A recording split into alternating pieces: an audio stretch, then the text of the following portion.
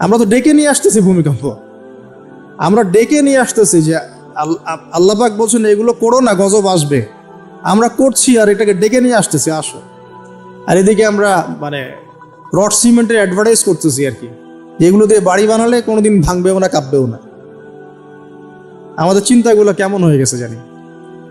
আল্লাহ পাক জেনা, ব্যভিচার, মাদক এইসব পাপের কারণে এরকম গজবগুলো নাজিল করেন। হিজরতের পালা শুরু হলো, সাথীকে মাত্র দুজন। কয়জন বলেন তো? এখন কয়জন সাথী মুসলিম?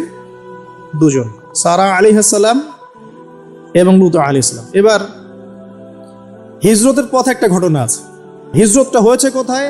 ব্যাবিলন থেকে কেনাআনে। কোথায়? কেনাআন। কেনাআন কোন জায়গা? এটা শামের অন্তর্ভুক্ত একটা জায়গা। শাম মানে শুধু সিরিয়া নয়, বরং এটার একটা বড় ব্যাপ্তি আছে।